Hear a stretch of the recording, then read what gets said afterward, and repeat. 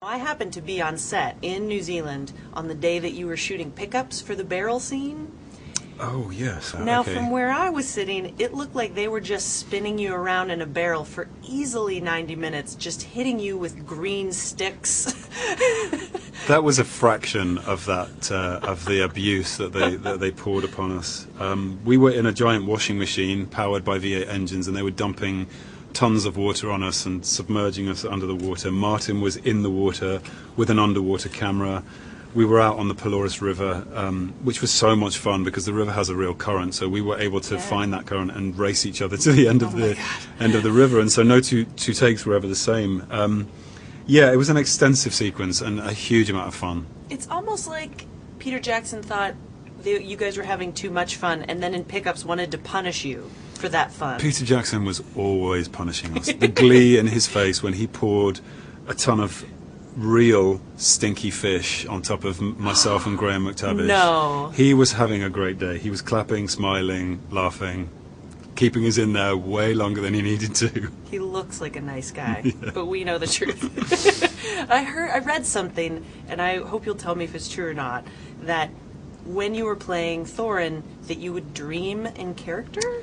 Yeah, it's. I think sometimes because we were working in such isolation, and I was, every waking hour we were in the studio. There was a period when I was having some crazy dreams, and I remember having a dream with which Graham McTavish was in, and we were entering through what looked like a concrete nuclear bunker into an underground passage, and I think it was a sort of a premonition of the when they opened the door to Erebor, because we hadn't actually shot that yet. But it was in a sort of futuristic, post-dystopian kind of future. So yeah, he gets inside your head. I was secretly hoping that Thorin Oakenshield was being really ornery in your dreams. You know, ornery? like going surfing or. I did have a plan when we shot at Mount Ruapehu. It was just at the end of the ski season, and I really wanted to ski down the mountain just as Thorin. I think that would have been a cool shot. That's how he passes the time on the lonely mountain, is he gets his dwarf skis out and comes hurtling down. And they'd have to be really short skis. Well, I don't know. I think he's an adventurous. He's probably a bit of an off-pister, and he could have grabbed a hold of that dragon and done some heli skiing, draggy skiing. With fire to propel With you. fire? How can you imagine? That would be an amazing shot. And then no one could follow on the slopes behind you. The snow would be gone. Because the snow would be melted. It would all be gone. And one of the things that I think about with Thorin is how weighed down he is by his history and by his costume. Yeah, and his go on. costume. Sorry, that was serious. Go on, his history. But his knowing what his father and his grandfather have been through, and I was wondering if there was something that you think you have inherited from your real life father.